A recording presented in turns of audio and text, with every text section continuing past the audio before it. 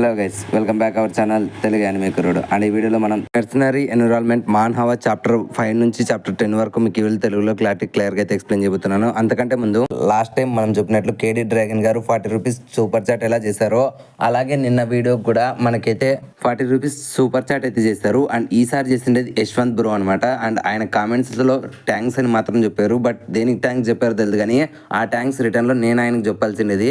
యశ్వంత్ గారు మరీ చెప్తున్నా thanks. Thank you, boss. And today evening 7 PM కి mostly my hero academy complete season 1 మీకు ఒక రీక్యాప్ వీడియోలో ఎక్స్ప్లెనేషన్ వీడియో అయితే రాబోతుంది. సో అది ఈ రోజే సెకండ్ వీడియో కాబట్టి ఆ వీడియోకి మోస్ట్లీ చాలా మందికి నోటిఫికేషన్ వెళ్ళదు. సో అందుకనే 7 గంటలకు మన ఛానల్ని విజిట్ చేయండి. మాకు నమ్మకం లేదు దొరా, ఏమనుకోకు. ఈ ఒకసారి నమ్మేసేయండి. ఖచ్చితంగా సాటర్డే రోజు అయితే my hero academy complete season 1 అయితే వచ్చేస్తుంది. ఇంకా లేట్ అండ్ ల్యాగ్ లేకుండా వీడియోని స్టార్ట్ చేసుకుందాం. ఇప్పటికే చాలా డిలే అయిపోయింది.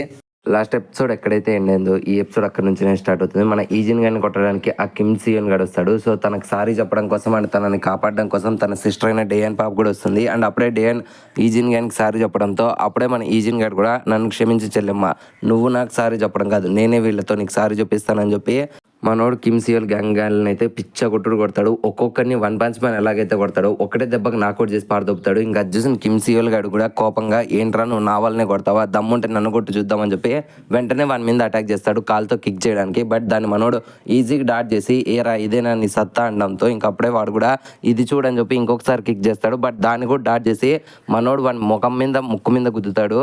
దెబ్బకు మన కిమ్ సియోల్ గాడు అయితే కింద పడిపోతాడు. ఇంకప్పుడే మన ఈజిన్ గాడు కూడా మళ్ళీ వస్తావరా, ఇంకెవడైనా వస్తాడా అండ్ దీన్నంతటిని చూస్తుంటే వాళ్ళ క్లాస్ అంతా కూడా షాక్ అయిపోతారు అనమాట. ఏంట్రా ఈజిన్ గాడు వచ్చి 2 రోజులు కూడా కాలేదు అప్పుడే కిమ్ సియోన్ గాని కొట్టారని చెప్పి వాళ్ళ క్లాస్ అంతా అనుకుంటుంటారు. అండ్ ఎప్పుడు మన ఈజిన్ గారితో గొడవ పడాలని వెయిట్ చేసి ఒక 2 స్టూడెంట్స్ ఉంటారు కదా, వానైళ్ళు అయితే మైండ్ బ్లాక్ అయిపోయింటుంది అన్నయ్యలకి. ఇంకప్పుడే మన ఈజిన్ గాడు కూడా తన సిస్టర్ దగ్గరికి వచ్చి, ఓకే చెల్లెమ్మా మనం నీ రూమ్ కి వెళ్దాం పదా అంటాడు. బట్ ఈ గ్యాప్ లోనే అక్కడ పక్కన ఉండే హైనియోల్ పాపను కూడా చూస్తాడు. సో తినే కదా నేను బుల్లి చేస్తుంది అని చెప్పి వెంటనే తన వైపు వెళ్తూ ఉంటాడు.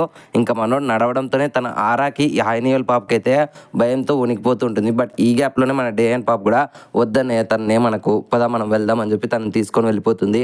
అప్పుడే మన హైనియోల్ పాప కూడా వాళ్ళందరినీ తీసుకొని వెళ్ళి ఇంకొక రూమ్ లో కూర్చోబెట్టి, మీకు అసలు సిగ్గే లేదారా, ఇంతమంది కలిసి ఒక్కని కొట్టలేకపోతున్నారా అనడంతో ఇంకప్పుడే మన కిమ్ సియోల్ గడ్ అయితే నీకు అంత దమ్ము ధైర్యం ఉంటే నువ్వే వెళ్ళి అటాక్ చేయపో, నాకు సంబంధమే లేదన్నట్లు తనని తిట్టి అక్కడ నుంచి పంపించేస్తాడు. అండ్ ఇంకొకసారి మన ఈజిన్ గడ్ డేయన్ పాపతో నడుచుకుంటా వెళ్ళుకుంటా తన రూమ్ వరకు వెళ్తాడు. సో అప్పుడే మన డేయన్ పాప, సరే అనియా నాకు రూమ్ వచ్చిందిలే నేను వెళ్తాను, బట్ నువ్వు ఎందుకని వాళ్ళతో గొడవ పడ్డావు అనడంతో ఇంకప్పుడే మనోడు కూడా ఒక చిన్న ఫ్లాష్ బ్యాక్ అనేది గుర్తు తెచ్చుకుంటాడు. మనోడు మెర్సనరీగా ఉన్నప్పుడు ఒక ఫ్యామిలీని అటాక్ చేద్దామని వెళ్తాడు. బట్ ఆ ఫ్యామిలీ హెడ్ అయితే తన ఫ్యామిలీని కాపాడడం కోసం నన్ను చంపేయండి అంటాడు. అప్పుడే మనకు డౌట్ వస్తుంది, అసలు ఎందుకని నువ్వు వాళ్ళని కాపాడుతున్నావు అనడంతో దానికి వాడు ఫ్యామిలీని కాపాడమే మన యొక్క మెయిన్ ప్రియారిటీ అని చెప్తాడు. సో దాన్ని గుర్తు తెచ్చుకొని మనోడు, నిన్ను కాపాడమే కదా చెల్లెమ్మ నా ప్రియారిటీ, సో దానికోసం నేను ఎవరితైనా గొడవ పడతాను అంటాడు. ఇంకా ఆ మాటలు విని మన డేయన్ పాప కూడా సంతోషంగా లోపలికి వెళ్ళిపోతుంది.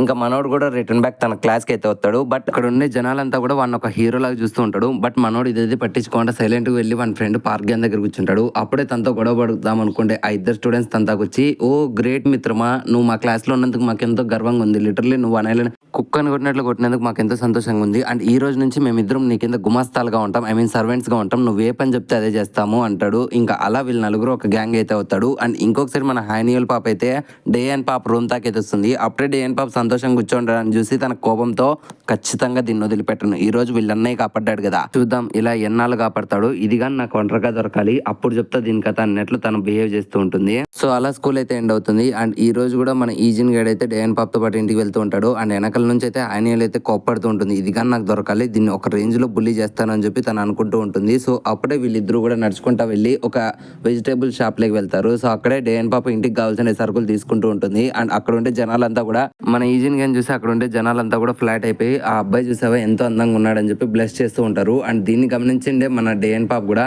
అవునన్నయ్య నువ్వు ఇన్నాళ్ళు వేరే చోట ఉన్నావు కదా, సో అక్కడ ఏమైనా నీకు గర్ల్ ఫ్రెండ్ ఉందా అని చెప్పి అడుగుతుంది. సో ఆ మాటలు విని మనోనికి ఎలా రియాక్ట్ అవ్వాలో తెలియక, లేదమ్మా నేను కొంచెం బిజీగా ఉంటే సో అందుకనే నాకు లవర్ లేదు అంటాడు.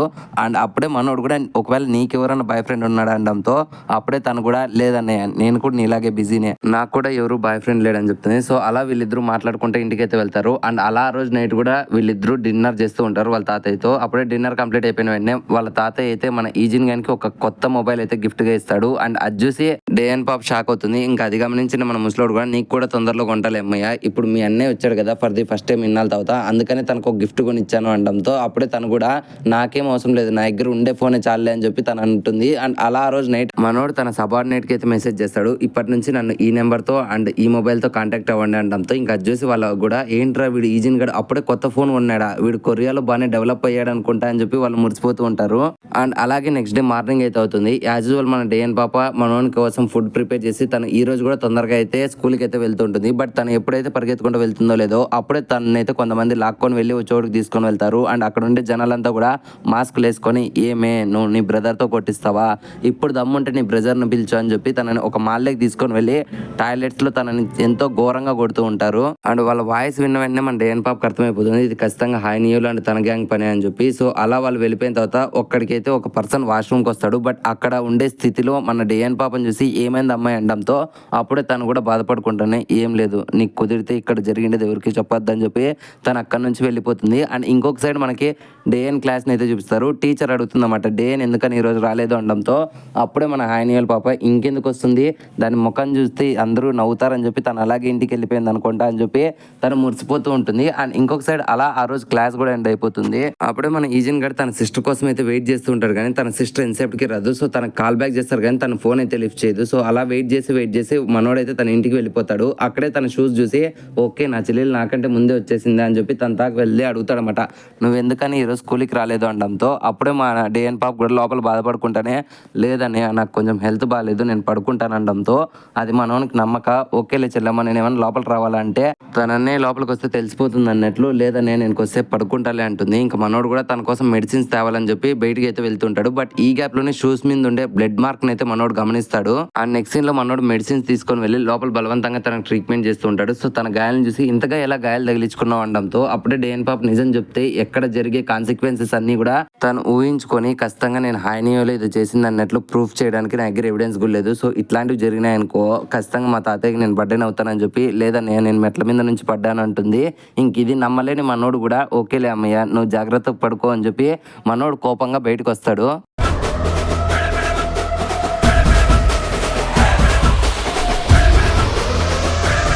అండ్ నెక్స్ట్ సీన్ లో మన కిమ్ సియోన్ గారిని అయితే చూపిస్తారు. వాడు ఒక బార్ లో తన ఫ్రెండ్స్ అందరితో కూడా చిల్ అవుతూ ఉంటాడు. సో అలా మన వాళ్ళు మంద అవుతుండే అప్పుడే మన కిమ్ సియోన్ గారు నేను ఎలాగైనా సరే ఈజిన్ గారిని చంపేస్తాను అని చెప్పి ఒక ప్లాన్ చెప్తాడు.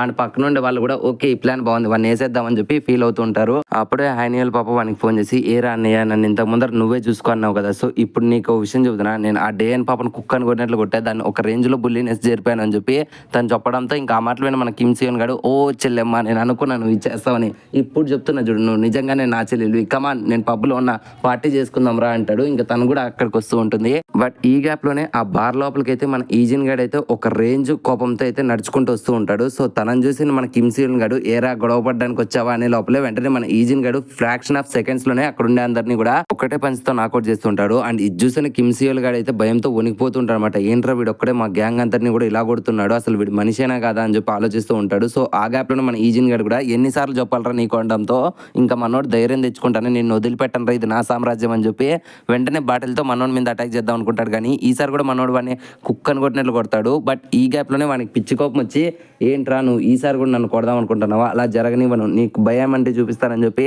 వెంటనే బాటిల్ని పగలగొట్టి వాడిని పొడి చేయడానికి కూడా వెళ్తాడు. బట్ దాన్ని మన ఈజిన్ గాడు ఈజీగా డాట్ చేసి వాడిని గొంతు పట్టుకొని ఎన్నిసార్లు చెప్పాలరా నీకు అని చెప్పి వెంటనే ఒక గోడ దగ్గర ఆనిచ్చేసి టేబుల్ మీద పడుకోబెట్టి ఇంకొకసారి చెప్తున్నా చూడు ఇదే ఫస్ట్ అండ్ లాస్ట్ వార్నింగ్, ఇంకొకసారి నువ్వు కానీ నీ చెల్లెలు కానీ నా సిస్టర్ని బుల్లీ చేయడం నాకు విన్నా తెలిసినా అండ్ మీ వల్ల నా సిస్టర్ ఏందన్నా బాధపడినా సరే మీ ఇద్దరిని కూడా చంపి పారదొప్పుతాను, ఇప్పుడు మాత్రం కొట్టాను అది మాత్రమే గుర్తుపెట్టుకో అని చెప్తాడు. అండ్ అది విన్న ఆ కిమ్ సియోన్ గాడు భయంతోనే వణిగిపోతూ ఉంటాడు. ఇంకప్పుడే మన ఈజిన్ గాడు కూడా బయటకి అయితే వస్తుంటాడు. బట్ బయటకు వస్తున్న మన ఈజిన్ గానికి అయితే హైనియోల్ పాప అయితే కనపడుతుంది. ఒక్క సెకండ్ మనోడు కోపంతో దాన్ని కూడా ఒక్కటే గుద్దుకు చంపేస్తాడేమో అన్నట్లు నేను అనుకున్నా కానీ బట్ ఈ గ్యాప్ లోనే మనోనికి అయితే వాళ్ళ తాతయ్య ఫోన్ చేస్తాడు ఎక్కడున్నావు ఈజిన్ అనడంతో అప్పుడే మనోడు కూడా కోపాన్ని తగ్గించుకొని ఆ తాతగారు పక్కనే ఉన్నాలండి 2 నిమిషాల్లో మీ ముందుకు వచ్చేస్తానని చెప్పి మనోడు అక్కడ నుంచి వెళ్ళిపోతాడు. బట్ ఇంతకు ముందర మన హైనియోల్ ఎప్పుడైతే ఈజీని చూసిందో తన దగ్గర నుంచి వచ్చే ఆరా ఫీల్కే మన హైనియోల్ పాప భయపడకుండా వెనక్కి వెళ్ళకుండా కాలు దందురుకొని కింద పడుతుంది. సో కింద పడిన వెంటనే తన చెయ్యి కూడా కొంచెం గాయం అయితే అవుతుంది. అండ్ ఈ గ్యాప్ లోనే మనోడు వెళ్ళిపోవడంతో తను కూడా కోపంగా షెట్ ఈ నా కొడుకు మళ్ళీ నన్ను భయపెట్టాడని చెప్తుంది.